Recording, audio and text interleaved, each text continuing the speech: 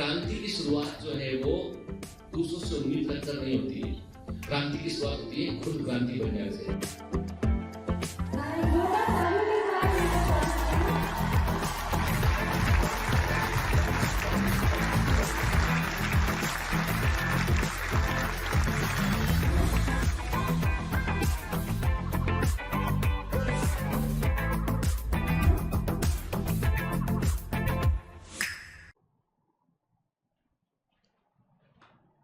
Hello commandos, welcome to Biomentors classes online. I am doctor Jitendra Singh.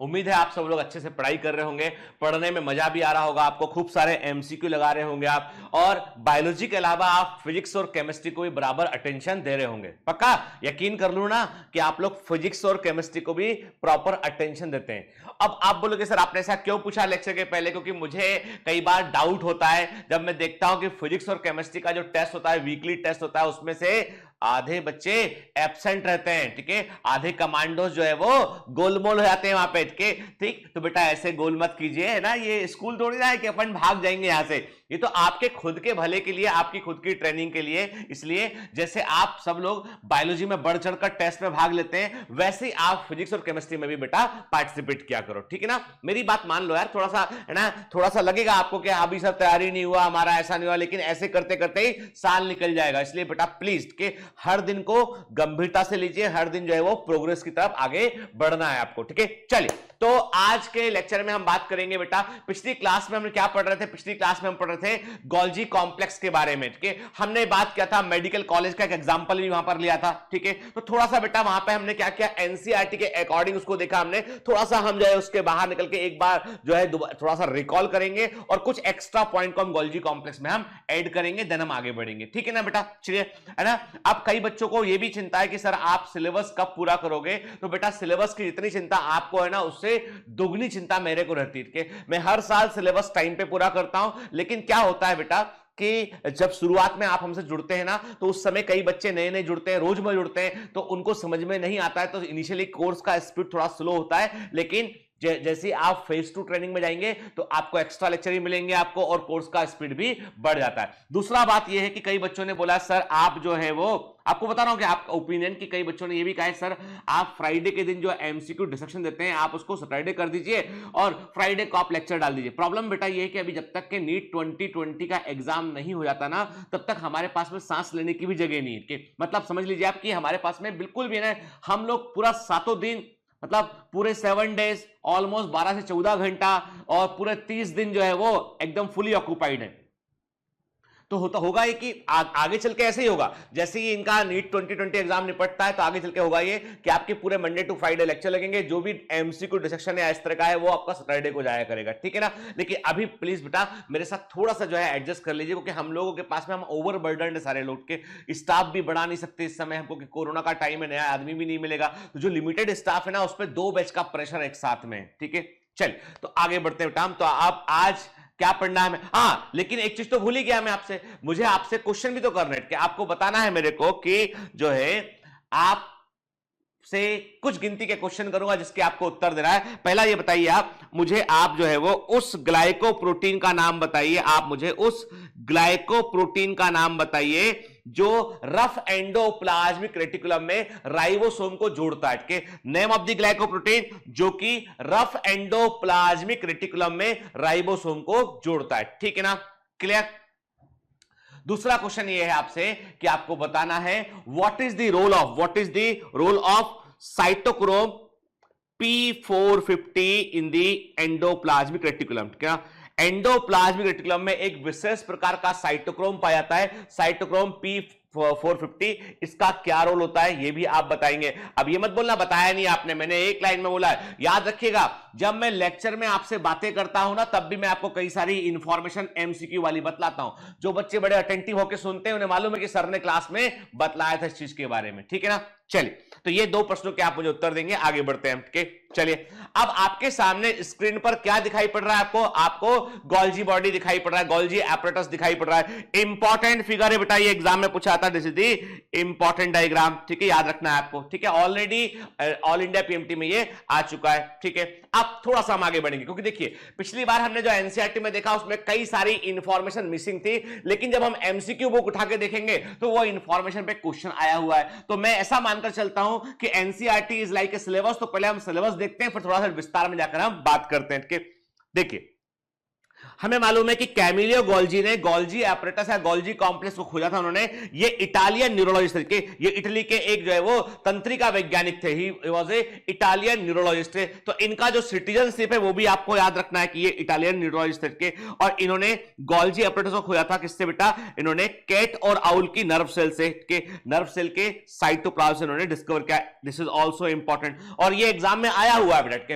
यानी Camillo Golgi Italian neurologist थे, इन्होंने Golgi apparatus को जो है तंत्रिका कोशिकाओं से खोजा, नर्व सेल से खोजा। किसकी नर्व सेल से खोजा? उन्होंने बिल्ली की और उल्लू की, कैट एंड आउल की नर्व सेल से डिस्कवर किया। और इसके लिए इन्होंने सिल्वर स्टेनिंग टेक्निक का इस्तेमाल किया था, सिल्वर नाइट्रेट के। यानी इन्होंने जो है इसके लिए सिल्वर नाइट्रेट का इस्तेमाल किया, ठीक है। और इन्होंने बेसिकली क्या किया? हैवी मेटल इंप्रेग्नेशन टेक्निक, क्या हम बोलते हैं? हैवी मेटल इंप्रेग्नेशन टेक्निक के, यानी भारी धातु वाले इन्होंने स्टेन का इस्तेमाल किया। नॉर्मल केमिकल स्टेन नहीं था, ये हैवी मेटल स्टेन था। इन्होंने सिल्वर नाइट्रेट का इस्तेमाल किया, सिल्वर स्टेन टेक्निक का यूज किया। तो हम बोलते हैं कि it is a heavy metal impregnation technique के, हैवी मेटल इंप्रेग्नेशन टेक्निक इस नाम से भी एग्जाम में पूछा गया है, ठीक है ना, क्लियर। और इन्होंने गोल्जी एपरेटस टर्म को प्रस्तुत किया, ठीक है। होल्मग्रेन ने इसको ट्रोफोस्पोंजियम का, पेरोनसिटो ने इसको डिक्टियोसोम का। याद रखना प्लांट में जो गोल्जी कॉम्प्लेक्स है उसके लिए हम डिक्टियोसोम वर्ड का यूज भी करते हैं, और कई बार आपको एग्जाम के अंदर ऑप्शन में भी डिक्टियोसोम दिखाई पड़ेगा, ठीक है ना बेटा। इसलिए एकदम अटेंटिव रहिए जो नाम बता रहा हूं, ठीक है। कुछ भी हम बेटा, एक बात कान खोलकर सुन लीजिए, ठीक है। आपको यकीन हो चाहे ना हो, लेकिन पुराने सालों के बच्चों से पूछिए, आप जो सक्सेसफुल कमांडो उनसे पूछिए। कुछ भी क्लास में हम ऐसा नहीं पढ़ते हैं जो एग्जाम में नहीं आता हो, सब एग्जाम के लिए इंपॉर्टेंट है। और मैं आपको टॉपर बनाने के लिए पढ़ा रहा हूं, मैं आपको 12वीं क्लास सिर्फ पास करने के लिए नहीं पढ़ा रहा हूं, इसलिए 11वीं या 12वीं पास करने के लिए। इसलिए दिमाग से निकाल दीजिए कि आपका कंफर्ट जोन में यदि मैं चलूंगा ना तो एक का सिलेक्शन नहीं होने का। इसलिए मुझे मेरे अकॉर्डिंग पढ़ाने दीजिए। यदि आपकी ट्यूनिंग मेरे साथ बैठ रही है तो साथ रहिए, नहीं तो अपना रेडियो लेके कहीं और निकल लीजिए, ठीक है ना, वहां पे ट्यूनिंग बिठा लीजिए। समझ गए बात को? इसलिए बिल्कुल भी अटेंटिव। चलिए, तो अभी मैं क्या बोल रहा हूं बेटा आपसे? मैंने कहा आपसे कि कैमिलियो गोल्जी ने सिल्वर स्टेनिंग टेक्निक का इस्तेमाल किया, सिल्वर नाइट्रेट का यूज किया, गोल्जी कॉम्प्लेक्स को खोज निकाला। मतलब इन्होंने माइक्रोस्कोपी से नहीं खोजा, इन्होंने केमिकल रिएक्शंस के थ्रू के हैवी मेटल इंप्रेग्नेशन टेक्निक से खोजा। इन्होंने गोल्जी एपरेटस नाम को दिया, होल्मग्रेन ने ट्रोफोस्पोंजियम कहा, पेरोनसिटो ने इसको डिक्टियोसोम कहा। डिक्टियोसोम टर्म इंपॉर्टेंट है, क्लियर, ठीक है। बेकर कार्डिस लाइपोकॉन्ड्रिया, बेकर ने से लाइपोकॉन्ड्रिया का, बेकर्स बॉडी का, डाल्टन कॉम्प्लेक्स का, ठीक है। लेकिन फाइनली जो है गोल्जी कॉम्प्लेक्स टर्म को ही वाइडली एक्सेप्टेड किया गया। सब लोगों ने इसी टर्म को जो है वो एक्सेप्ट किया बेटा, ठीक है। यानी बाद में कई लोग जो है वो खोजते रह गए, नाम देते रह गए, लेकिन जो है वो हमारे कोर्स का हिस्सा बढ़ा गए और जो है ना क्रेडिट भी नहीं मिला इनको। चलिए, ठीक। Golgi complex in the living cell was difficult to, आप देखिए बड़ी इंटरेस्टिंग बात के, व्हाई क्वेश्चन इज दैट। अब सुनिए बात करके, क्वेश्चन ये है कि गोल्जी कॉम्प्लेक्स को हम माइक्रोस्कोपी से क्यों नहीं खोज पाए? क्योंकि आप माइक्रोस्कोपी से इसलिए नहीं खोज पाएंगे कि गोल्जी कॉम्प्लेक्स जो होता है, जो गोल्जी कॉम्प्लेक्स होता है, उसका जो रिफ्रैक्टिव इंडेक्स है, जो रिफ्रैक्टिव इंडेक्स है वो साइटोप्लाज्म के बराबर होता है। अब आप बोलोगे सर हमको तो ये वर्ड ही समझ में नहीं आया, रिफ्रैक्टिव इंडेक्स क्या होता है? अरे भाई थोड़ा बहुत फिजिक्स पढ़ा है ना, तो आपको पता होना चाहिए कि रिफ्रैक्टिव इंडेक्स क्या होता है। आप देखिए, ये जैसे वाटर है, पानी है, पानी में यदि हम कोई ट्रांसपेरेंट से कि ग्लास की रॉड को पानी में डाला हमने, ठीक है, तो आपको वो हल्का सा मतलब मामूली, चूंकि वाटर के रिफ्रैक्टिव इंडेक्स में और ग्लास की रॉड के रिफ्रैक्टिव इंडेक्स में फर्क है। रिफ्रैक्शन का मतलब होता है लाइट वेव का मुड़ जाना, लेकिन जो प्रकाश की तरंगे होती है ना, उनका किसी ऑब्जेक्ट से जाकर उसका मुड़ जाना, वो रिफ्रैक्शन कहलाता है। उसे क्या बोलते हैं? हम रिफ्रैक्शन कहते हैं। और refraction is very important in the microscopy. यदि कोई, जो क्योंकि माइक्रोस्कोपी में क्या कर रहे हैं हम लाइट वेव की हेल्प से जो है वो प्रकाश ग्लास की हेल्प से हम चीजों को देख रहे हैं हमके, और यदि वो लाइट वेव सीधी की सीधी निकल जाएगी, वहां पे फैलेगी नहीं, झुकेगी नहीं, तो हम उस ऑब्जेक्ट को अलग से आइडेंटिफाई नहीं कर पाएंगे। जैसे ये तो वैसी वाली बात है, परछाई वाली बात है कि वो लाइट वेव मुड़ा, टिल्ट किया वो, तो हमको जो है अलग से एक जो है वो स्ट्रक्चर दिखाई पड़ा। तो एक्चुअली में refraction is very important thing in the microscopy. आपको फिजिक्स में जब सर पढ़ाएंगे ना तो विस्तार से बताएंगे, आपके अलग अलग लेंसेज के रिफ्रैक्टिव इंडेक्स क्या होते हैं उस पर बात करेंगे। ऑयल इमर्जन में माइक्रोस्कोपी में हम ऑयल डाल के क्या एक बूंद ऑयल का इस्तेमाल करते हैं लेंस के ऊपर केवल रिफ्रैक्टिव इंडेक्स को चेंज करने के लिए, तो उसका क्या सिग्निफिकेंस है, ये सब आप फिजिक्स में पढ़ोगे। अभी हमको इतना ध्यान रखना है कि जो गोल्जी कॉम्प्लेक्स है उसका जो रिफ्रैक्टिव इंडेक्स है और जो साइटोप्लाज्म का रिफ्रैक्टिव इंडेक्स है वो लगभग एक बराबर है, और एक बराबर रिफ्रैक्टिव इंडेक्स होगा तो अलग अलग ऑब्जेक्ट आप पहचान नहीं पाओगे। याद रखना, एग्जाम का क्वेश्चन है, ठीक है। क्या लिखा?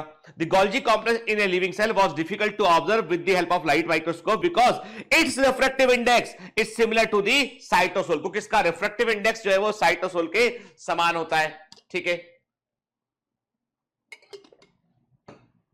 क्लियर?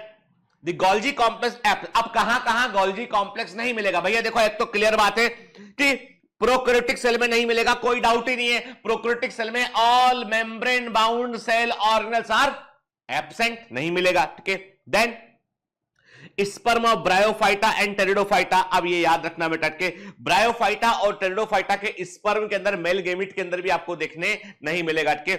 मैच्योर सीप ट्यूब सेल, देखिए ये out of the box information है के, कभी कभी एग्जाम में ऐसे खतरनाक क्वेश्चन कर लेता है, पता हो के जो मैच्योर सीप ट्यूब सेल, अब ये क्यों नहीं होता है मैच्योर सीप ट्यूब सेल में, जब हम सीप ट्यूब पढ़ेंगे तब बात करेंगे के। अभी इतना रखो कि मैच्योर सीप ट्यूब सेल में, सीप ट्यूब सेल क्या होती है? फूड का कंडक्शन करने वाली सेल्स होती है, इनमें नहीं मिलेगा प्लांट्स के अंदर, ठीक है। मैच्योर स्पर्म में, अब मैच्योर स्पर्म में क्या होता है? ये एक्रोसोम में जाता है, it converted into the acrosome के। मैच्योर स्पर्म में आपको गोल्जी कॉम्प्लेक्स क्यों नहीं दिखाई पड़ता भाई? वो एक्रोसोम में कन्वर्ट होता है। एक्रोसोम क्या होता है? स्पर्म के टिप पर, स्पर्म के टिप पर एक स्पर्म का, जैसे मैंने आपसे कहा ये स्पर्म है, इसकी टिप पर जो है आपको यहां पर एक हिस्सा दिखाई पड़ेगा, इसे हम एक्रोसोम बोलेंगे, कैप के समान होगा, और इसमें ऐसे एंजाइम होंगे जो एग की मेम्ब्रेन को डिसॉल्व करेंगे ताकि फर्टिलाइजेशन हो सके, ठीक। मैच्योर मैमेलियन आरबीसी में कोई भी सेल ऑर्गेनल अंदर नहीं होते उसके अंदर, वहां भी देखने नहीं मिलेगा आपको के। तो याद रखना, इसका मतलब देखो प्रोकैरियोटिक का तो याद रहता है हमको, बाकी चीजें हम भूल जाते हैं, तो हमको दिमाग में रखना है बेटा कि प्रोकैरियोटिक के अलावा जो ब्रायोफाइटा टेरिडोफाइटा के स्पर्म के अंदर, मैच्योर सीप ट्यूब सेल के अंदर, परिपक्व स्पर्म के अंदर एक्रोसोम में कन्वर्ट हो चुके होते हैं, इसलिए नहीं मिलेंगे, और मैच्योर मैमेलियन आरबीसी में आपको देखने ये नहीं मिलेंगे। क्लियर? ठीक, चलिए अब ये तो हमने देखा, बड़ा सिंपल सा हमने देखा कि भाई किस प्रकार सेल में हमको ईआर दिखाई पड़ता है और गोल्जी कॉम्प्लेक्स दिखाई पड़ता है बैठ के। फिर हमने कहा था गोल्जी कॉम्प्लेक्स में सिस फेज होता है और जो है वो ट्रांस होता है इसमें, ठीक है ना? क्लियर? ठीक है, चलिए ये हम डायग्राम पर हम थोड़ा सा आगे भी बात करेंगे। हाँ, अभी हम बात करते हैं। अब देखो बेटा, इंटरेस्टिंग बात है कि the size and number of Golgi complex varies with the metabolic state of the cell, ठीक है। हम कहते हैं कि गोल्जी कॉम्प्लेक्स का साइज होता है, जो नंबर होता है वो सेल की मेटाबॉलिक स्टेट के अकॉर्डिंग, उपापचयी कंडीशन के अकॉर्डिंग वो वेरी करता है, इसलिए इसको बोलते हैं हम प्लियोमॉर्फिक सेल ऑर्गेनल बोलते हैं, और हिंदी में वर्ड होता है इसका रूप परिवर्तनी, रूप परिवर्तन के यानी रूप बदलने वाला के। अब ये कई बार हमें इस बात समझ में नहीं आती कि what is the meaning of pleomorphic के। तो एक काम करते हैं के, यानी प्लियोमॉर्फिक का मतलब है रूप बदलने वाला, ठीक है। मतलब सेल की मेटाबॉलिक एक्टिविटी बढ़ी, अलग शॉप में आ गया, के सिक्रेटरी सेल हुई तो संख्या बढ़ गया इसका, तो ये थोड़ा अपना शेप बदलता रहता है सेल की मेटाबॉलिक स्टेट के अकॉर्डिंग के। तो एक काम करते हैं, यहां पे हम छोटा सा एक एग्जांपल लेके समझने की कोशिश करते हैं। छोटा सा एग्जांपल लेते हैं। कई बार क्या होता है, स्टोरीज हमको कुछ सीख भी देती है और हमको एग्जाम्पल में भी कनेक्ट करती है। एक बार की बात है कि एक आदमी होता है, वो भगवान की बहुत भक्ति करता है, बहुत ही जो है वो गॉड विलिंग टाइप का व्यक्ति होता है ना, ईश्वर में उसकी बड़ी आस्था होती है। मतलब वो अपना पूजा पाठ करता है, कभी किसी का बुरा नहीं करता, कभी किसी का दिल नहीं दुखाता, वो उठ के हमेशा सबकी मदद करता है और उसे ईश्वर में पूरी आस्था रहती है, ठीक है। अब होता यह है कि वो आदमी जो है वो एक दिन क्या हो रहा है कि वो किसी ने उसको बोला चलो भाई अपन स्पेन घूमने चलते हैं। पता आपको स्पेन में होता है, स्पेन में ये है कि स्पेन में जो है ना स्काई डाइविंग ये सारे गेम बड़े पॉपुलर है। तो किसी ने बोला कि भाई एक काम करते हैं कि जो है वो स्पेन चलते हैं, घूमते हैं वहां से, जिंदगी ना मिलेगी दोबारा टाइप का ट्रिप लगाते हैं। ठीक है, दोस्त मिलके चले गए। वो भी वो अच्छा आदमी है, दोस्त यार भी है उसके, तो वो गया वो भी। अब क्या हुआ कि ऊपर आसमान में जो है वो उससे कहा गया, भैया एरोप्लेन था, एरोप्लेन में से कहा गया उसको कि भैया ऊपर से तुम्हें नीचे कूदना है, तुम्हारा पैराशूट खुल जाएगा, तुम चिंता मत करना, हमने सब ऑटोमेटिक सेट कर दिया, पैराशूट खुल जाएगा और तुम जो है वो आराम से लैंड कर जाओगे आसमान का नजारा देखते हुए। ठीक है, अब आदमी को जो है ऊपर से जो है वो ऊपर को काफी ऊपर प्लेन को लेके वहां से छोड़ दिया उसको नीचे। अब जैसे वो नीचे आया तो उसको ऐसा लगा उसे कि यार कि मतलब उसे लगा कि ये पैराशूट तो खुल ही नहीं रहा है, तो मैं तो जमीन के पास पहुंचने वाला उठ के। तो वो बोलता है कि वो कहता है कि हे गणपति बब्बा मेरी जान बचा ले डट के। फिर उसे याद आता है यार गणेश जी की तो पूजा अपन ने थोड़ी कम की थी, मतलब कम पूजा की थी अपन ने के। फिर बोलता है कि हे शंकर भगवान मेरे को बचा लेना। फिर वो कहता है यार शंकर भगवान का भी मैंने जो है वो केवल सोमवार कुछ व्रत किए थे मैंने। फिर बाद में बोलता है वो कि अरे मैंने नव दुर्गा पर दुर्गा जी की बड़ी मैंने आराधना की है। तो बोलता है कि हे दुर्गा जी मुझे बचा लेना। और लेकिन फाइनली होता यह है कि वो कोई बचाने नहीं आता, जमीन पे गिरता है, मर जाता है, सीधा पहुंचता स्वर्ग। वो कोई कारण यह है कि उसने लास्ट मूवमेंट पे ईश्वर का नाम लिया तो वो स्वर्ग पहुंचता है। अब स्वर्ग में जाकर वो दरवाजे पर नॉक होता है, भाई कहाँ कैसे तुम्हारी इंटेंशन, भाई ये वो फला वो अभी प्लेन से गिरे हैं वो पैराशूट वाले, ये वो फला व्यक्ति है। वो कहता है कि देखो ऐसा है कि हम बहुत मानते हैं भगवान को, लेकिन ये बताओ कि पहले भगवान मिलेंगे कहाँ हैं। बोलता क्या बात है भाई, बोलता नहीं ये सिस्टम तुम्हारा गड़बड़ हो गया पलट के, यानी तुम्हारी सपोर्ट टीम का कोई भी काम ढंग का नहीं है, कोई भी ठीक नहीं है। मतलब सोचो हम नाम ले रहे हैं भगवान का, हम बोल रहे हैं कि जो है शंकर भगवान बचा लो, गणेश जी बचा लो, उसके दुर्गा जी बचा लो, और तुम जो है वो आए भी नहीं, कोई भी नहीं आया बचाने के लिए, कोई सिस्टम है कि नहीं है। तो वो उसको भगवान के पास भाई एक भक्त आया, बड़ा नाराज है वो आपसे। तो भगवान बैठे होते हैं, बोलते हैं कि भाई ऐसा है कि तुम ये तो मानते हो ना कि ईश्वर एक है। हाँ वो आप ही के सारे रूप हैं। बोला देखो ऐसा है, जब तुमने बोला ना, जब तुमने कहा कि भाई गणेश जी बचाने आओ, तो देखो गणेश जी को जो है वो गणेश जी निकल चुके थे, रास्ते में थे, पहुंचने वाले थे। फिर तुमने सडनली तुमने बोला कि शंकर भगवान बचाओ, तो गणेश जी लौट गए। उन्होंने कहा भाई आप पिताजी आपका काम है तो के वो आपको ही बुला रहा है, तो हम निकले यहां से। इतने में तुमने बोल दिया कि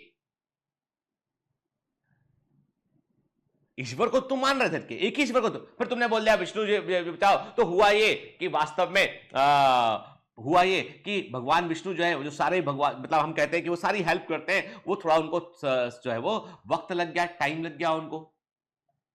ठीक है, साड़ी वाड़ी पहनने में टाइम लग गया, तुमने बोला तो वो अब रूप बदल। तो ईश्वर तो एक ही है, हम ही उसके अलग अलग रूप दे दिए, उसके अलग अलग नाम दे दिए, उसके हम अलग अलग स्टेट के अकॉर्डिंग, तो इसलिए टाइम लग गया, तो इसलिए तुम्हारी गलती है। अब उसको लगा कि अरे सच में ईश्वर तो एक ही है, और उसी के अलग अलग फॉर्म उसी के प्रेजेंट हैं, यानी कोई ये काम संभाल रहा है, कोई अलग काम संभाल रहा है, और हमने क्या किया, उसको अलग अलग प्रकार से क्लासिफाई कर दिया हमने उसको। ठीक है, अब बात इतनी सी है कि इस एग्जाम्पल में एक चीज हमें समझ में यहां पर आई कि वो एक ही ईश्वर है ना। हम कहते हैं ना कि देखिए प्रकृति को हम जो ऐसा मानते हैं कि ईश्वर जो है वो तो देखिए सबके लिए एक है, क्या चाहे वो हम बात करें किसी रिलीजन की बात करें, गॉड इज ओनली वन के, ये बात तो से डिनाई हम नहीं कर सकते कि भले ही उसके बाद हम उसको क्लासिफाई कर दे कि तुम ब्रह्मा हो, तुम विष्णु हो, तुम महेश हो, तुम ये हो, तुम वो उठ के क्लास, लेकिन ओवरऑल हम देखें there is a super power.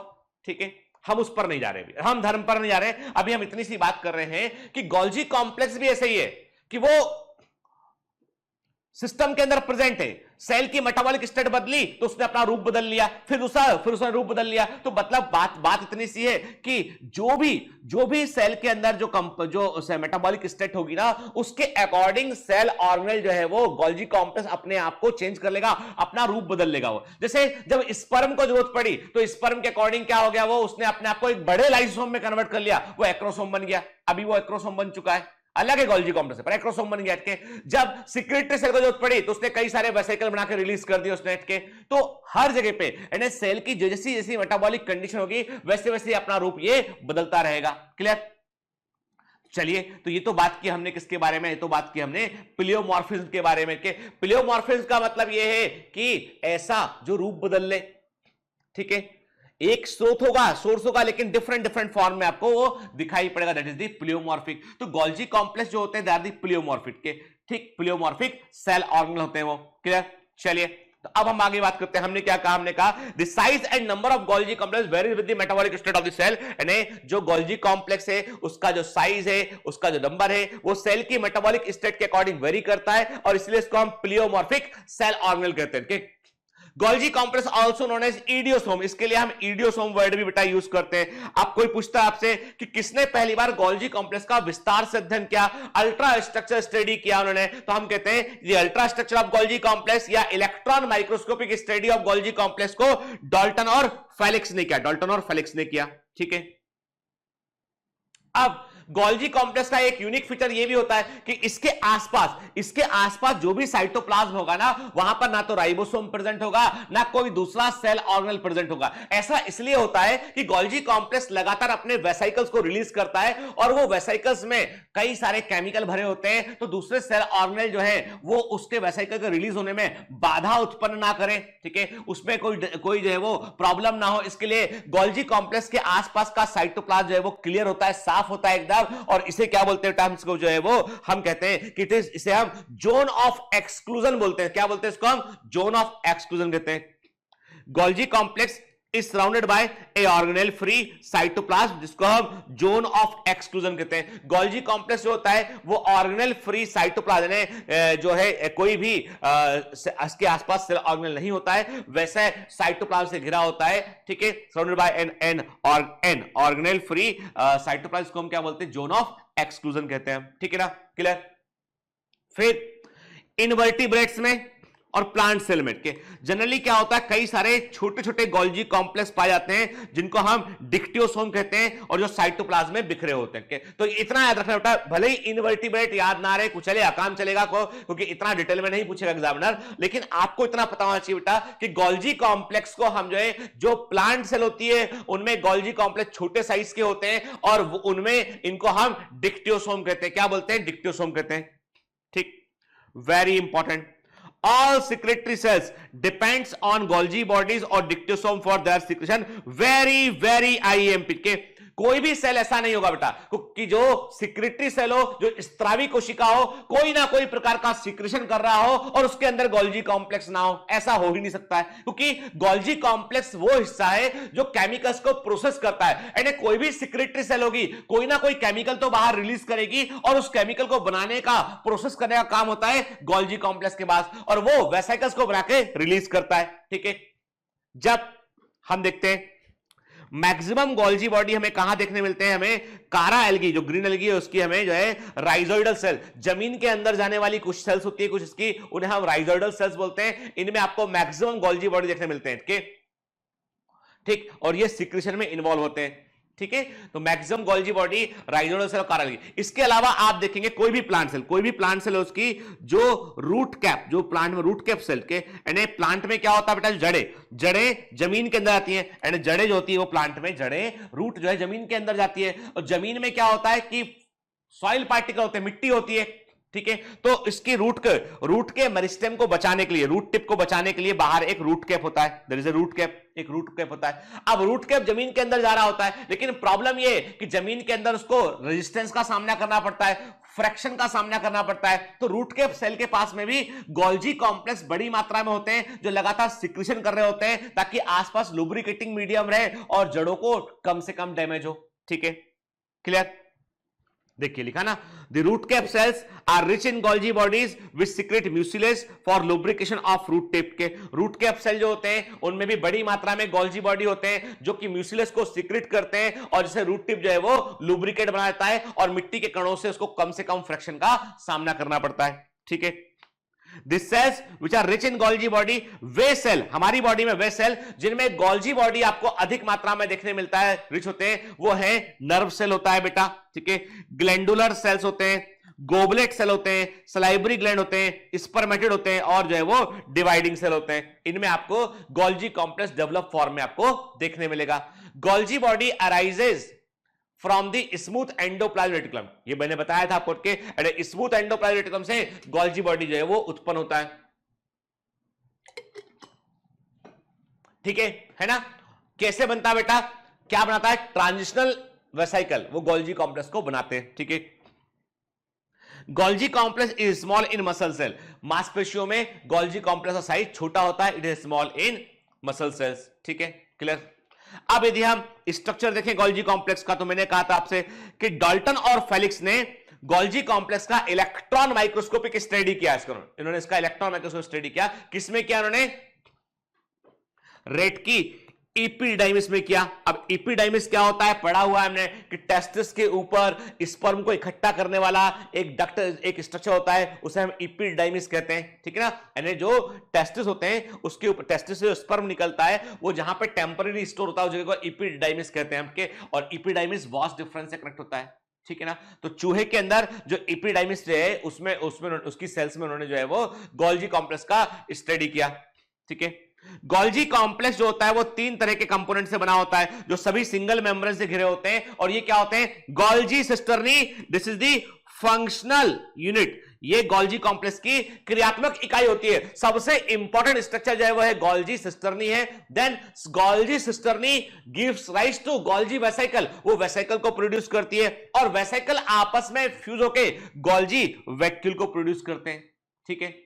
यानी गोल्जी सिस्टर्नी जो है वो वेसिकल्स को प्रोड्यूस करेगी, वेसिकल्स आपस में फ्यूज होकर जो है वो वैक्यूल्स को प्रोड्यूस करते हैं। देखिए गोल्जी कॉम्प्लेक्स देख रहे हैं यहाँ पे हम ये देख रहे हैं, ये हमें सिस्टर्नी दिखाई पड़ रही है, हमें ये सिस्टर्नी दिखाई पड़ रही है, ये सिस्टर्नी दिखाई पड़ रही है, और ये क्या, ये है वेसिकल। एक काम करते हैं कि हम खुद एक लाइन डायग्राम बनाते हैं, हम खुद एक डायग्राम बनाते हैं गोल्जी कॉम्प्लेक्स का, ताकि हम चीजों को अच्छे से समझ सकें। क्या क्लियर, देखो हमने क्या कहा, हमने कहा कि ये हो गया बेटा, हमने समझने के लिए कहा कि ये हो गया आपका सेल मेम्ब्रेन, ठीक है, this is the cell membrane, ठीक है, कोई डाउट है, सेल मेम्ब्रेन के। फिर हमने क्या बोला, हमने कहा यहां पर समझने के लिए हमने बना लिया, हमने कहा ये हो गया है आपका न्यूक्लियस, ठीक है, ये न्यूक्लियस हो गया आपका, है ना। और ये क्या है बेटा, न्यूक्लियस की, ये हमने कहा ये न्यूक्लियस की डबल मेम्ब्रेन है, ये न्यूक्लियस की डबल मेम्ब्रेन है ना बेटा, न्यूक्लियस में पोर दिखाई पड़ रहा है। फिर हमने क्या कहा, हमने कहा कि न्यूक्लियस की जो आउटर मेम्ब्रेन है वो एंडोप्लाज्मिक रेटिकुलम से जुड़ा हुआ है, ऐसे हमने बना लिया के, हमने समझने के लिए सब बनाया, हमने कहा कि ये एंडोप्लाज्मिक रेटिकुलम है, इसको ऐसे इसने जोड़ा हुआ है, ठीक है, सेल मेम्ब्रेन से कनेक्टेड। ये क्या है बेटा, ये हो गया है एंडोप्लाज्मिक रेटिकुलम, ठीक है, क्लियर है ना, आई बस है। और ये क्या है बेटा, आप देखो, आप कंफ्यूज मत कर जाना, इसलिए मैं पूरा ही इसको लिख देता हूं। और देखो बेटा, डायग्राम इसलिए बनाते हैं कि एग्जाम में ऐसा कैसा डायग्राम आएगा नहीं, ये हमारी अपने समझने के लिए बेटा, ठीक है, ताकि हम कॉन्सेप्चुअली क्लियर रहे एकदम, ठीक है, क्लियर। अब क्या हुआ बेटा, इस एंडोप्लाज्मिक रेटिकुलम ने ये स्मूथ यार बनाया हुआ है मैंने, इसने क्या किया, इसने ऐसा एक थैली बनाया, इसने ऐसा, ठीक है, थैली में इसमें केमिकल इकट्ठे किए इसने, ठीक है, इस थैली को उसने यहां पर रिलीज किया, इसने इस थैली को उसने रिलीज किया, ठीक है। ये थैली क्या कहलाएगा, इस थैली को नाम दिया हमने, इसको बोल दिया ट्रांजिशनल ईआर बोल दिया, transitional vesicle, not ER, transitional vesicle बोला इसको हमने क्या बोला, इस थैली को हमने ट्रांजिशनल वेसाइकल कहा है इसको हमने, ठीक, क्या है, ये है ट्रांजिशनल वेसाइकल, ठीक है बेटा, है ना, क्लियर। कहां से बन के आया, ये ईआर से बन के आया, के हम देख रहे हैं, ये हमें दिखाई पड़ रहा है, ये हमें दिखाई पड़ रहा है, ये स्मूथ एंडोप्लाज्मिक रेटिकुलम हमको ये दिखाई पड़ रहा है ना, ठीक है। इसने क्या किया, वेसिकल्स बनाया, वेसिकल को ट्रांजिशनल वेसाइकल बोला हमने, ये वेसिकल आगे बढ़ा, ठीक है, आगे बढ़ा, आगे बढ़ के क्या हुआ, ये आगे ग्रो किया ये, और ऐसा ये फ्लैट हो गया, ऐसा ये फ्लैट हो गया है, ठीक है। इसके पहले भी वेसाइकल आए होंगे, ठीक है, तो वो वेसाइकल कहां है, वो वेसाइकल यहां पर प्रेजेंट है, वो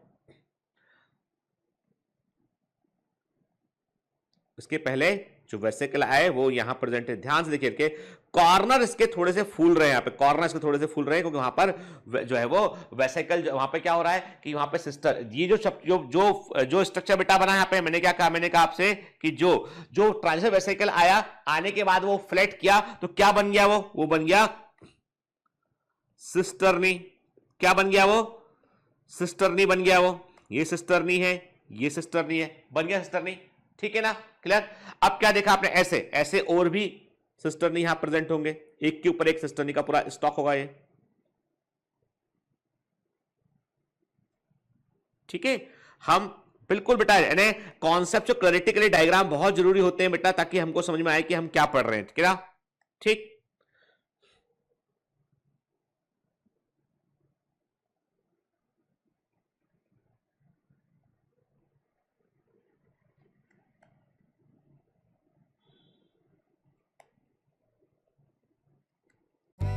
Hello, everyone.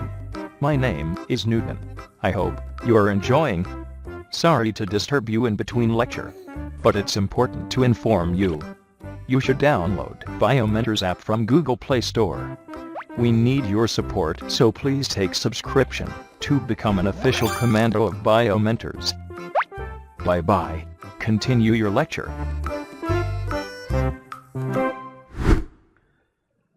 देखिए, अब डायग्राम देख के आप समझ सकते हैं कि ये पूरा का पूरा क्या है, ये पूरा का पूरा है गोल्जी कॉम्प्लेक्स या गोल्जी एपरेटस, ठीक है ना बेटा, क्लियर, ठीक है। अब आपने क्या देखा, सिस्टर्नी है, सिस्टर्नी के किनारे फूल रहे हैं और फूलकर क्या बन गया, ये बन गया गोल्जी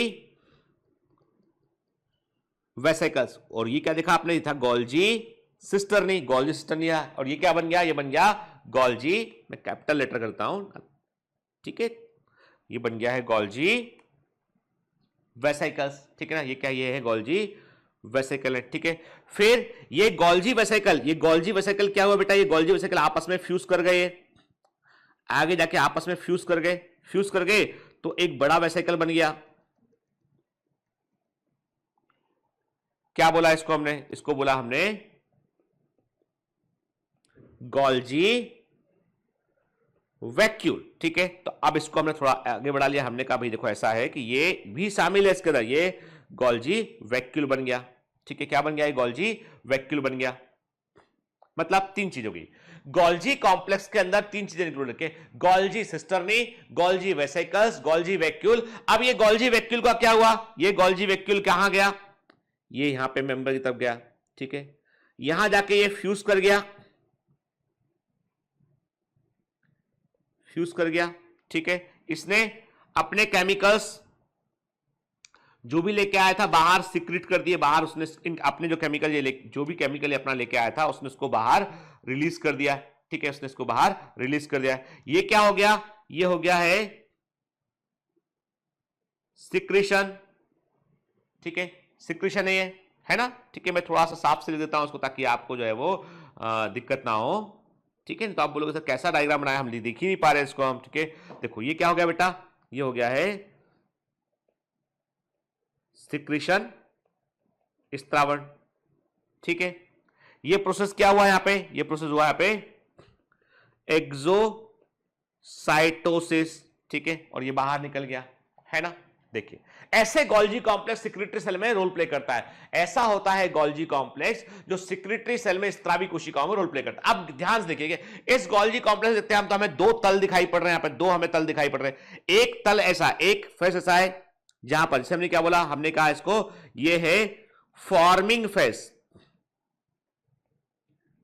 मतलब यहां पर गोल्जी कॉम्प्लेक्स लगातार बन रहा है, ये फॉर्मिंग फेज के। और ये वाला हिस्सा क्या है, ये है मैच्योरिंग फेज, यहां पर गोल्जी कॉम्प्लेक्स जो है वो अपना काम कर रहा है। और गोल्जी कॉम्प्लेक्स में आप डायग्राम देख के समझ सकते हो कि काम कौन कर रहा है, काम तो सिस्टर्नी कर रहा है। सिस्टर्नी के किनारे फूल कर वो वेसिकल बन गए, वेसिकल को रिलीज किया उसने, वेसिकल आपस में फ्यूज किए, गोल्जी वैक्यूल बन गया। तो एक्चुअली में जो स्ट्रक्चरल और फंक्शन यूनिट, जो क्रियात्मक और जो संरचनात्मक यूनिट है गोल्जी कॉम्प्लेक्स का, वो क्या है, वो है सिस्टर्नी। यानी सबसे इंपॉर्टेंट पार्ट क्या होता है, सबसे इंपॉर्टेंट पार्ट होता है वो होता है गोल्जी सिस्टर्नी जो काम कर रहा होता है, ठीक है ना, क्लियर। इस एक डायग्राम से हम गोल्जी कॉम्प्लेक्स का सिक्रेटरी सेल में स्त्रावी कोशिकाओं में क्या रोल होता है, कैसे वो जो है सिक्रेशन करता है, ये सारी बातें हमको यहां पर समझ में आती है। कि जो बेहतर है 50 जो है लाइनों को लिखने से बेहतर है कि एक डायग्राम बना लें हम और उसमें सारी बातें इंक्लूडेड हो, ठीक है, क्लियर। देखिए अब गोल्जी सिस्टर्नी की बात करते हैं। ये फ्लैट स्ट्रक्चर होते हैं, this substance which is filled in cisternae is known as the Golgi ground substance. ऐसा पदार्थ जो गोल्जी सिस्टर्नी के अंदर भरा होता है उसे हम गोल्जी ग्राउंड सब्सटेंस को कहते हैं। और एक के ऊपर एक के सिस्टर्नी जो होते हैं वो एक के ऊपर ऐसे सिस्टर्नी जो है वो एक के ऊपर एक ऐसे रखे होते हैं, cisternae arranged one upon each other forming a Golgi stock और गोल्जी सोम। और उसे क्या बोलते हैं, एक के ऊपर एक रखे गोल्जी सिस्टर्नी को क्या बोलते हैं, गोल्जी स्टॉक बोलते हैं, गोल्जी सोम कहते हैं। तो जनरली हम देखते हैं एक गोल्जी कॉम्प्लेक्स में जनरली हमको 6 से लेकर 30 सिस्टर्नी देखने मिलती है। जनरली एक गोल्जी कॉम्प्लेक्स में हमको 6 से लेकर 30, 6 से लेकर 30 सिस्टर्नी हमको देखने मिलती है। Clear? 2 cisternae are separated by a space of 20 to 30 nanometer के 2 सिस्टर्नी के बीच का जो गैप होता है वो तकरीबन 20 से 30 नैनोमीटर का होता है। और इसे क्या बोलते हैं, इसे हम इंटर सिस्टर्नल स्पेस कहते हैं, इसे हम इंटर सिस्टर्नल स्पेस कहते हैं। ठीक है, याद रखिएगा cisternae is the functional unit of Golgi complex. ये गोल्जी कॉम्प्लेक्स की क्रियात्मक इकाई होती है और it gives rise to the Golgi vesicle, क्योंकि ये वेसिकल को प्रोड्यूस करती है। और वेसिकल फ्यूज होते तो क्या बनता है, वैक्यूल बनता है। ठीक है, क्लियर? चलिए अब गोल्जी वेसिकल पे आते हैं। At the corner of cisternae, देखो ये सारी बातें जो लिख रहा हूं ना, मैं बता रहा हूं आपको, मैं ये आप ना भी लिखे काम चलेगा। डायग्राम यदि बना लिया आपने, डायग्राम को समझ लिया आपने, बात खत्म हो गई। ठीक है ना? लेकिन चूंकि मेरा फर्ज है पढ़ाना आपको, इसलिए मैं चीजों को बता रहा हूं। तो at the corner of cisternae vesicle arises, cisternae किनारों से वेसिकल अराइज होते हैं और इनके अंदर वो पदार्थ भरे होते हैं जो गोल्जी सिस्टर्नी ने बनाए होते हैं। मतलब उन किनारों में क्या भरा होता है, उन किनारों में वो मटेरियल भरे होते हैं जिनको, जिससे मैंने कहा ना बेटा आपसे कि ये देखो ये एक वेसिकल आया था, ईआर ने बना के भेजा, सिस्टर्नी बन गया। सिस्टर्नी आगे बढ़ा तो मैंने कहा एक छोटा सा थैली यहां पे बनना शुरू हुआ है। ठीक है ना? और आगे बढ़ाए के, और आगे बढ़ाए तो क्या हुआ, हमने कहा कि यहां पर जो है वो ये इसके अंदर वो सब केमिकल इकट्ठे हो रहे हैं जो गोल्जी कॉम्प्लेक्स बना रहा है। और फाइनली क्या हुआ, फाइनली मैंने कहा ऐसा ये हो गया और ये हिस्सा टूट के अलग हो गया। ठीक है, तो मतलब जो भी केमिकल है ना, इस सब इमेजिन करते हैं हम कि ये मैंने कहा ग्रीन वाला ये केमिकल आया था, ये ग्रीन वाला केमिकल आया, प्रोसेस किया गया इसको और इस केमिकल को दूसरे किसी फॉर्म में कन्वर्ट किया गया। ठीक है, वो कन्वर्ट किया हुआ फॉर्म यहां इकट्ठा हो रहा है। ठीक है, रॉ केमिकल यहां पर प्रेजेंट है ये। ठीक है, फाइनली रॉ केमिकल यहां रह गया और कन्वर्टेड केमिकल जो है वो बाहर निकल गया, है ना? ठीक है, दैट इज दी प्रोसेस। यही तो काम है गोल्जी कॉम्प्लेक्स का, प्रोटीन्स को मॉडिफाई करना। ठीक है, डिफरेंट टाइप के मॉलिक्यूल्स को बनाने, जो भी चाहिए उन मॉलिक्यूल्स का मॉडिफिकेशन जो है गोल्जी कॉम्प्लेक्स के अंदर होता है। ठीक है, फिर किनारे पर बनते हैं के, और these vesicles pinch of from cisternae, और ये वेसिकल सिस्टर्नी से टूटकर अलग हो जाते हैं। वही देखिए डायग्राम में बनाया हुआ मैंने, है ना? कुछ कठिन नहीं बेटा, है ना? ठीक है, अब ये मतलब बहुत डिटेल पढ़ा दिया आपने। आप सिर्फ मेरे कहने पर आप एमसीक्यू बुक उठा के देखिए, आपको समझ में आएगा कि बेटा क्वेश्चन पूछे जाते हैं। ठीक है ना? इसलिए हम पढ़ रहे हैं ना। ठीक है, मतलब मुझे बार बार इसलिए बोलना पड़ता है ताकि कहीं आप में से कई सारे लोग सोचते हैं अरे यार तो बहुत ज्यादा पढ़ा है, क्योंकि मैंने कहीं अपना एक आध किसी पता नहीं किसी ने मुझे फॉरवर्ड किया, किसी ने मेरा चैनल का रिव्यू किया। ठीक है, कि गीतन सर कैसा पढ़ाते हैं, उसने ये लिखा कि ही टीचर्स वेरी गुड बट वो नीट से ऊपर के लेवल का पढ़ाते हैं। ठीक है, तो ऐसा नहीं है बेटा, है ना? जो लेवल है वो नीट कह रहे हैं मुझे पढ़ाना। जैसे फॉर एग्जांपल जब मैं मेडिकल फिजियोलॉजिकल लेक्चर में रिकॉर्ड करता हूं नेक्स्ट मेडिको के लिए, तो वहां पर मैं जी प्रोटीन कपल्ड रिसेप्टर को 2-3 क्लास तक पढ़ाता हूं, एक्शन पोटेंशियल को 2-3 क्लास तक पढ़ाता हूं। बहुत डिटेल में आगे पढ़ते हैं उसको हम लोग। ठीक है, सेकेंडरी एक्टिव ट्रांसपोर्ट क्या होता है, वोल्टेज गेटेड सोडियम चैनल क्या होते हैं, लिगांड गेटेड सोडियम चैनल क्या होते हैं। ठीक है, लीकी पोटेशियम चैनल क्या होते हैं। अब वो पढ़ाया क्या मैंने आपको? नहीं पढ़ाया ना। ठीक है, फिर तो मुझे मेरा काम मालूम है। ठीक है, चलिए, लेकिन अब आपको यकीन करना है बेटा चीजों पे ना, ताकि जो है आपको फायदा मिले उसका। एकलव्य के पास गुरु नहीं था, एकलव्य ने केवल द्रोणाचार्य की मूर्ति बनाकर रख ली थी और उनके सामने अभ्यास करता था वो, और वो अर्जुन से बेहतर धनुर्धर बन गया था उठ के। ठीक है, बस यकीन ही बेटा सब कुछ है। Several Golgi vesicles fuse together to form a larger structure called the Golgi vacuole। के कई सारे Golgi वेसिकल आपस में फ्यूज करते हैं और एक बड़ा स्ट्रक्चर होता है Golgi vacuole कहते हैं। और ये Golgi vacuole जो होता है यही सिक्रेशन के लिए एक्सोसाइटोसिस में भाग लेता है। डायग्राम में बनाया था कि नहीं बनाया था? बनाया था हमने भी। ठीक है ना, ये एक्सोसाइटोसिस में भाग लेता है। ठीक है, देखिए ना, वही डायग्राम आपको दिखाया मिनट के। ये हो गया है हमारा जो है वो बॉस मॉलिक्यूल का हिस्सा का चैम्बर, न्यूक्लियस। ठीक है, ये हो गया है एंडोप्लाज्मिक रेटिकुलम, ये हो गया है ट्रांजिशनल वेसिकल। ये क्या हो गया है? ये हो गया है गोल्जी सिस्टर्नी। ठीक है, ये क्या हो गया है? Golgi vesicle. ठीक है, थैली के, और ये वेसिकल फ्यूज क्या क्या बन गया? ये गोल्जी वैक्यूल। ठीक है, और किस में भाग लिया इसने? एक्सोसाइटोसिस में भाग लिया इसने, और बाहर सिक्रीशन को रिलीज कर दिया। यही बनाया था ना हमने, ठीक है ना। चलिए, मैंने क्यों बनाया? ताकि मेरे बच्चे साथ में मेरे बना ले, है ना बेटा। चलो, अब गोल्जी कॉम्प्लेक्स पोलरिटी को शो करता है, ध्रुवता।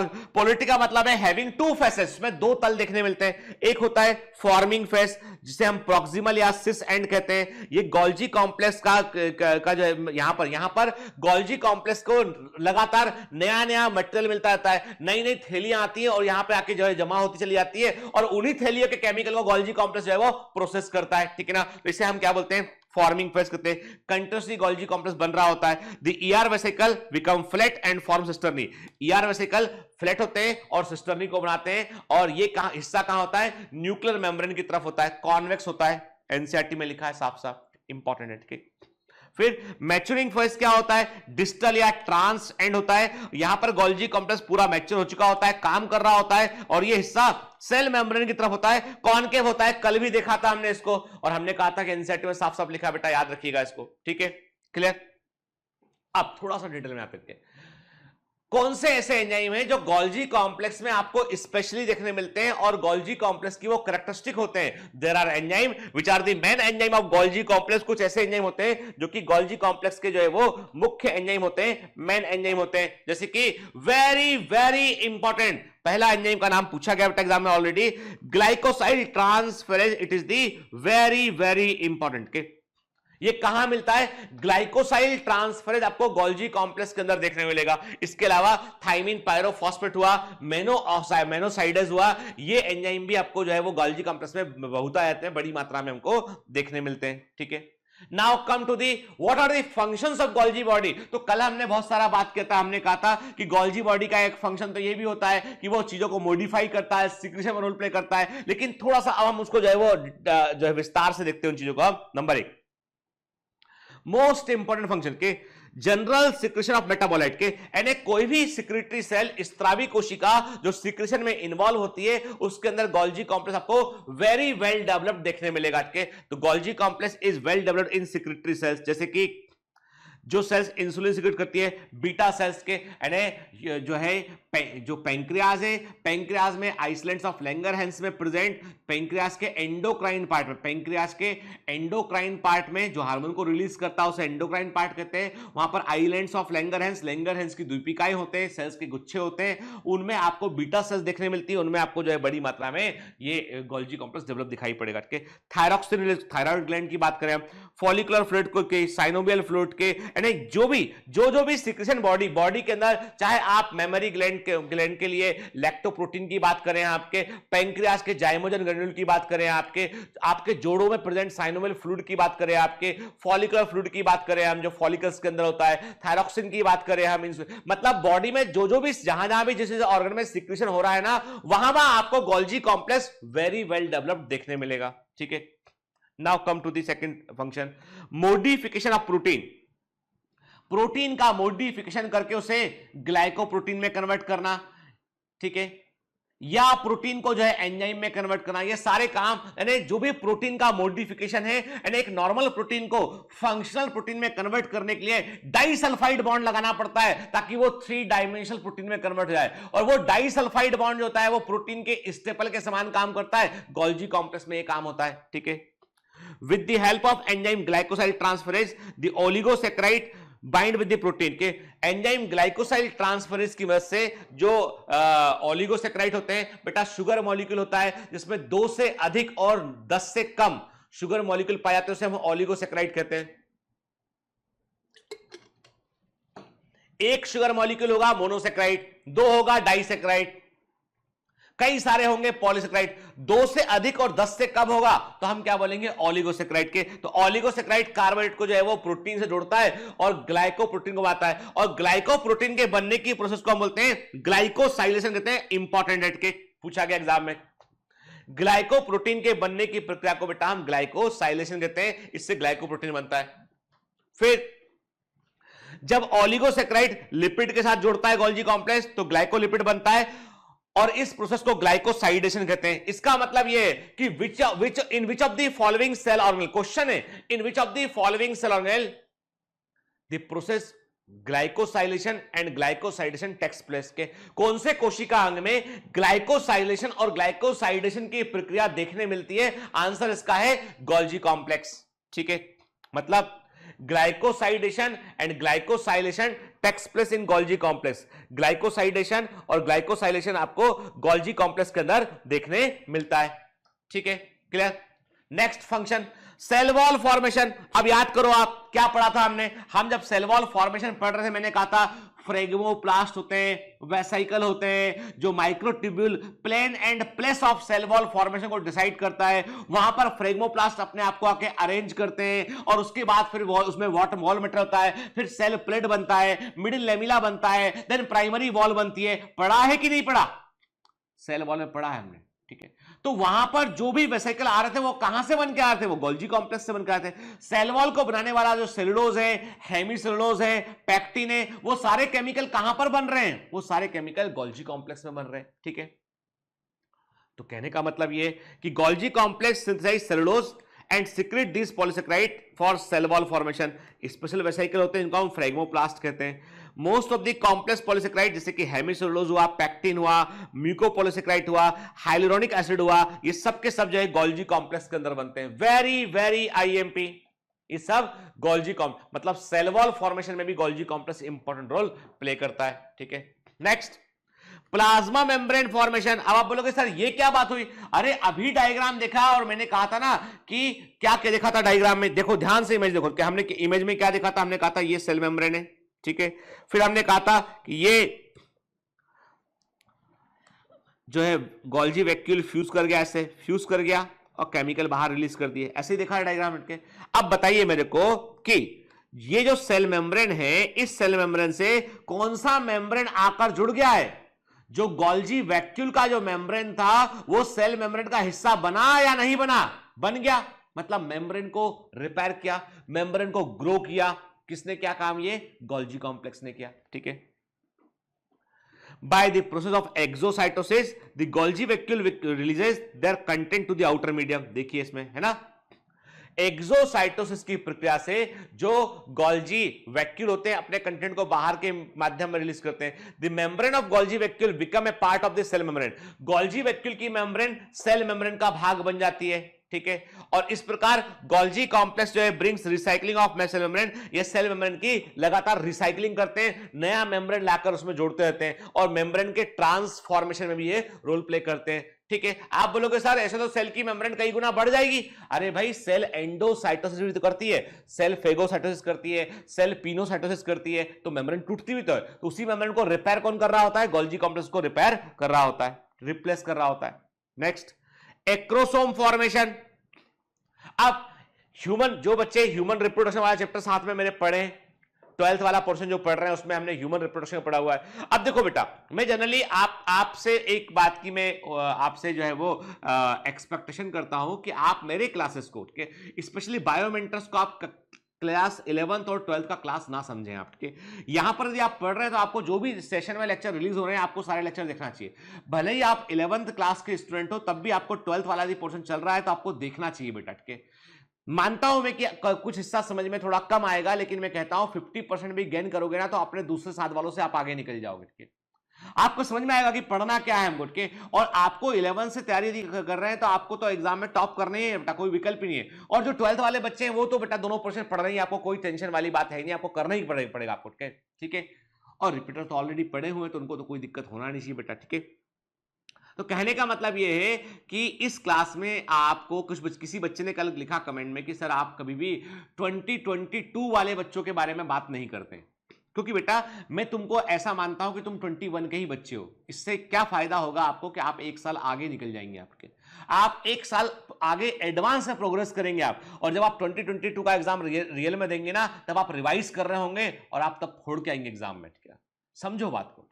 मतलब क्या होता है कि ये why we I called you commandos, क्यों कमांडो बोलता हूं, क्योंकि ये टफ ट्रेनिंग है, ये इतना आसान है ना, यहां पर आपको अपने कंफर्ट जोन से थोड़ा बाहर तो बेटा निकलना ही पड़ेगा, ठीक है ना।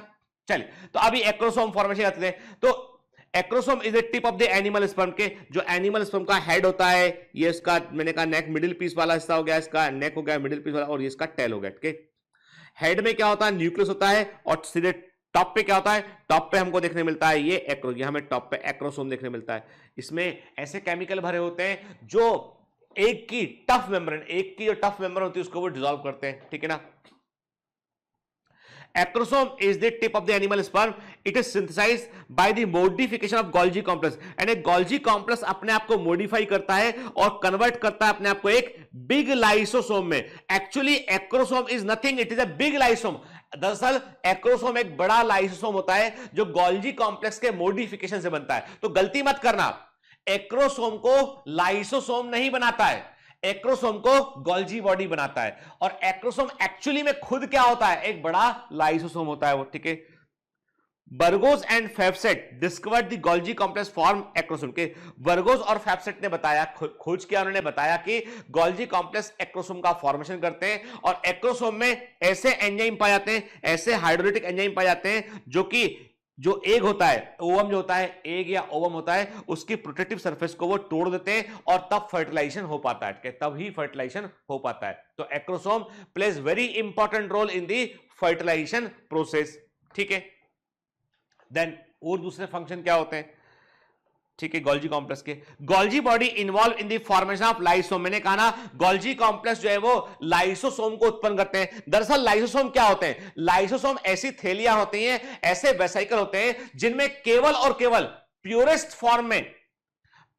फॉर्म में जिनमें केवल हाइड्रोलिटिक एंजाइम भरे होते हैं, मतलब डाइजेस्टिव एंजाइम भरे होते हैं, और ये काम करते हैं, डाइजेशन में रोल प्ले करते हैं, ठीक है। इसके अलावा सल्फर मेटाबॉलिज्म में गोल्जी कॉम्प्लेक्स रोल प्ले करता है। मैंने अभी आपको बताया ना कि डाइसल्फाइड बॉन्ड एंड प्रोटीन को यदि आपको एक्टिव करके एंजाइम में कन्वर्ट करना है ना, तो प्रोटीन के पॉलीपेप्टाइड चेन के बीच में डाइसल्फाइड बॉन्ड लगाना पड़ता है, और वो डाइसल्फाइड बॉन्ड सल्फर के बगैर भला कैसे लगेगा, सल्फर की रिक्वायरमेंट होगी उसमें, वो सारा काम कहां होता है, गोल्जी कॉम्प्लेक्स में होता है। इंसुलिन जो होता है उसमें भी 2 प्रोटीन चेन होती है, उनको जोड़ने के लिए डाइसल्फाइड बॉन्ड की रिक्वायरमेंट होती है, वो भी कहां लगता है, वो भी गोल्जी कॉम्प्लेक्स में लगता है। फिर एंटीबॉडीज जो होती है they also have disulphide bond, वो भी कहां लगता है, वो बॉन्ड भी यही बनता है। तो सल्फर मेटाबॉलिज्म जो है वो आपको यहां पर गोल्जी कॉम्प्लेक्स में देखने मिलता है। फिर एग यolk के फॉर्मेशन में रोल प्ले करता है। आपकी बॉडी में मेलानिन पिगमेंट को बनाने का काम भी गोल्जी कॉम्प्लेक्स के अंदर होता है। तो ये इसके एडिशनल फंक्शन हो गए। अब इतना डिटेल में बेटा एनसीईआरटी में नहीं लिखा है, लेकिन एग्जाम में आता है, मैं क्या करूं, देखो मेरे लिए तो सबसे अच्छा तरीका यह है कि मैं केवल एनसीईआरटी, देखो आप सोचिए ना, यदि आप मैं अपना कंफर्ट ढूंढूं, जो एनसीईआरटी में लिखा है पढ़ा दूं, एक क्लास में आपका 2-3 ऑर्गन कवर हो गया, आपके काम फटाफट फिनिश हो गया, आपका कोर्स पूरा बढ़ गया, आपका आप भी खुश, मैं भी खुश, मुझे कंफर्ट मिल रहा है, आराम मिल रहा है, ज्यादा एक्स्ट्रा मेहनत करनी नहीं पड़ रही है, आप भी खुश है खूब के। लेकिन एग्जामिनर जो है वो हमारा दुश्मन है, उससे आपकी और मेरी खुशी देखी नहीं जाएगी, उससे तो मारेगा भयंकर भयंकर क्वेश्चन। तब हम क्या करेंगे, तब हम बोलेंगे साहब मैं तब खुश था, क्योंकि सर जो पढ़ा रहे थे वो थोड़ा थोड़ा पढ़ा रहे थे, और थोड़ा थोड़ा हम सीख रहे थे, और थोड़े थोड़े में हम बहुत बहुत मजा ले रहे थे। अब एग्जामिनर बोलेगा बेटा अब मेरी मजा लेने की बारी है, ठीक है। तो हमें एग्जामिनर को मजे नहीं लेने देना। आज अपने आप को याद रखिएगा, जंग लगने से बेहतर है घिस जाना। क्या बोला, जंग लगने से बेहतर है घिस जाना। घिस जाइए, चलेगा, दिमाग को जंग मत लगाइए, ठीक है। चलिए अब कुछ एक्स्ट्रा पॉइंट लिख लेते हैं यहां पे हम। Zone of exclusion present around the Golgi complex and centrosome. याद रखना, ऐसा हिस्सा साइटोप्लाज्म का, ऐसा हिस्सा जहां पे कोई दूसरा सेल कंपोनेंट आपको देखने नहीं मिलेगा, उसे हम जोन ऑफ एक्सक्लूजन कहते हैं। केवल सेल में आपको 2 जगह देखने मिलता है। आपको कहां देखने मिलता है, आपको बेटा आपको देखने मिलता है ये गोल्जी कॉम्प्लेक्स में और सेंट्रोसोम के आसपास देखने मिलता है, ठीक है। फिर हम कहते हैं कि गोल्जी कॉम्प्लेक्स का membrane of ER and nuclear membrane को हम एक साथ मिला के एंडो मेम्ब्रेन सिस्टम भी कहते हैं इसको हम, ठीक है। जबकि एंडो मेम्ब्रेन सिस्टम में क्या क्या शामिल किया हमने शामिल किया था ईआर, गोल्जी कॉम्प्लेक्स, ठीक है, लाइसोसोम और वैक्यूज के। याद रखना बेटा, ये जो मैं बता रहा हूं आपको, ये एक एमसीक्यू है जिसको हमने स्टेटमेंट में कन्वर्ट किया हुआ है। तो कई बार ऐसे भी क्वेश्चन आते हैं, तो आपको तैयार रहना चाहिए कि एंडो मेम्ब्रेन सिस्टम में कौन कौन सी मेम्ब्रेन शामिल है। तो मेम्ब्रेन ऑफ गोल्जी कॉम्प्लेक्स शामिल है, मेम्ब्रेन ऑफ ईआर शामिल है, और न्यूक्लियर मेम्ब्रेन इसलिए शामिल है क्योंकि वो ईआर की मेम्ब्रेन से जुड़ी होती है, ठीक है। और इस टर्म को डी रॉबर्ट्स ने दिया था।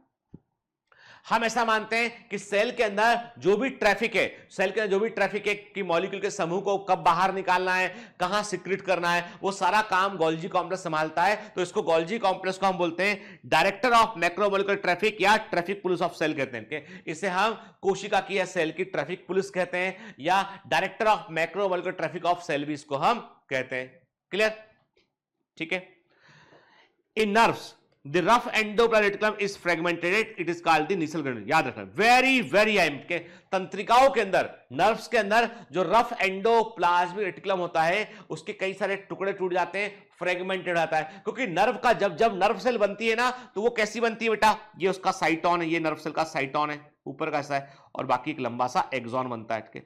जब लंबा एक्सॉन बनता है ना, तो जितने ईआर इस मोडिफिकेशन के दौरान जितने ईआर होते हैं वो टूट जाते हैं, और टूट के वो ग्रेन्यूल में कन्वर्ट होते हैं, उन्हें हम बोलते हैं नीसल्स ग्रेन्यूल कहते हैं। इंपॉर्टेंट है बेटा, याद रखना, आईएमपी है।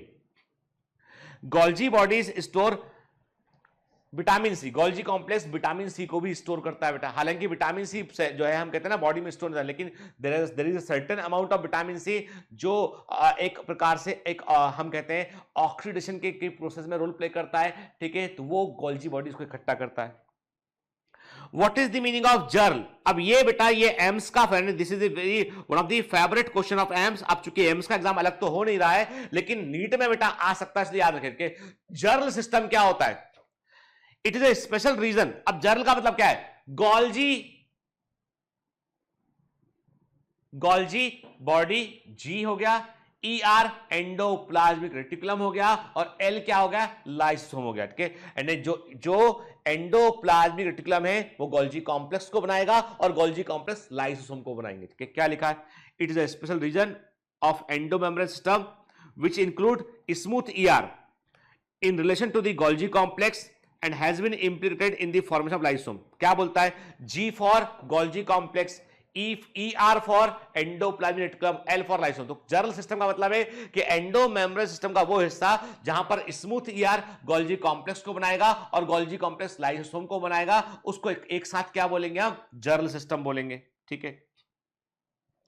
फिर एक साइंटिस्ट है जॉस्ट्रैंड, उन्होंने सेल के अंदर पाई जाने वाली मेम्ब्रेन को कुछ नाम दिए उन्होंने, के जॉस्ट्रैंड के अकॉर्डिंग सेल में मेम्ब्रेन आपको 3 तरह की देखने मिलेंगी, के जॉस्ट्रैंड के अकॉर्डिंग 3 तरह की मेम्ब्रेन आपको सेल में देखने मिलेंगी। एक होंगी अल्फा साइटोमेम्ब्रेन जो रफ एंडोप्लाज्मिक रेटिकुलम की मेम्ब्रेन होंगी, एक होगा अल्फा साइटोमेम्ब्रेन जो रफ एंडोप्लाज्मिक रेटिकुलम की मेम्ब्रेन होगी, दूसरी होंगी बीटा साइटोमेम्ब्रेन जो प्लाज्मा मेम्ब्रेन की इनफोल्डिंग होंगी, सेल मेम्ब्रेन की इनफोल्डिंग होगी, और तीसरा होता है गामा साइटोमेम्ब्रेन जो गोल्जी कॉम्प्लेक्स की मेम्ब्रेन होगी, ठीक है। ये डायरेक्ट क्वेश्चन है बेटा एग्जाम का, और डायरेक्ट आंसर हमको पता होना चाहिए इसका, के अब इसके आगे और पीछे बात नहीं करेंगे हम, बस हमें ये प्रश्न है, एक out of the box question है, इसका उत्तर हमने यहां पे देख लिया हमने, ठीक है।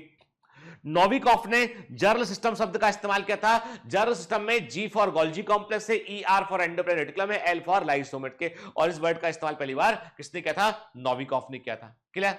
चलिए, अब इंपॉर्टेंट बात क्या, इंपॉर्टेंट बात यह है कि इतना सारा हम जो पढ़ रहे हैं ना बेटा, इसलिए हम बहुत सारे एमसीक्यू लगा रहे हैं। अभी आप जो देखोगे ना, जो आप एमसीक्यू लगा रहे हैं cell the unit of life में, उसमें कई एमसीक्यू ऐसे जो आगे के चैप्टर के भी यहां पर आ रहे हैं, ठीक है। इसलिए नंबर ऑफ एमसीक्यू यहां पे बढ़ जाता है बेटा, ठीक है ना, बहुत जल्दी के मतलब मुझे लगता है कि कुछ क्लासेस हो रहे हैं, इस चैप्टर को हम फटाफट फिनिश करेंगे, और इसके बाद जो चैप्टर आएंगे उनको थोड़ा सा हमें अपनी स्पीड को बढ़ाना पड़ेगा, और वहां पर जो है चूंकि यहाँ कई सारे बेसिक फंडामेंटल यहाँ डिस्कस हो चुके हैं, तो वहां पे हमें उतना दिक्कत होगा नहीं, ठीक है ना। तो नेक्स्ट चैप्टर हम इसके बाद लेंगे, वो हम लेंगे बायोमोलिक्यूल्स की बजाय हम बेटा सेल साइकिल और सेल डिवीजन लेंगे, क्योंकि उसके पीछे कारण ये है कि अभी सेल पढ़ा है तो हम समझ पाएंगे कि उसके बाद हम बायोमोलिक्यूल्स को ले लेंगे, ठीक है ना। तो एनसीईआरटी के क्रम को थोड़ा हमें आगे पीछे भी करना पड़ेगा अपनी सुविधा के लिए, ताकि हमारी अंडरस्टैंडिंग बेटर रहे उसके लिए। अभी चलेगा, अभी बेटा अभी इसमें हमको क्या पढ़ना है, अभी इसमें हमको बाकी सेल ऑर्गेनल पढ़ने हैं, न्यूक्लियस भी पढ़ना है हमको, यहाँ पे के क्रोमेटिन मेटल क्रोमोसोम को पढ़ना है, ठीक है। तो अभी आप बहुत जल्दबाजी मत करिए, यदि हम यहाँ पे जल्दबाजी करेंगे तो उसमें क्या होगा कि हमारे बेसिक कॉन्सेप्ट कमजोर रह जाएंगे, ठीक है ना।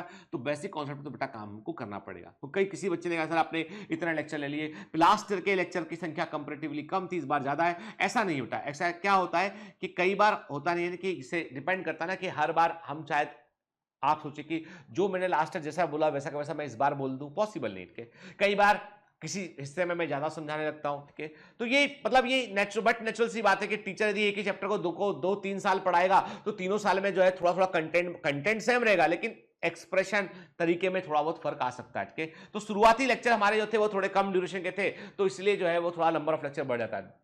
ठीक है, कई बार तो उसको ऐसे मत काउंट कीजिए इससे कि कितना आप सीख रहे हैं। ठीक है, आप मुझे मत जज कीजिए, आप अपने आप को जज कीजिए कि कितना आप सीख रहे हैं चीजों। ठीक है ना बेटा, क्लियर।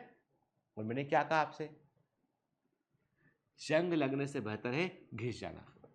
और दूसरा स्टेटमेंट क्या है जो आपको दिमाग में हमेशा रखना है, कभी कभी जी जलाने से जिंदगी रोशन हो जाती है। All the best.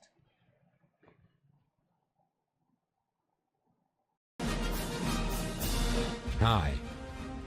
To become an official commando of Biomentors, join us at www.biomentors.online.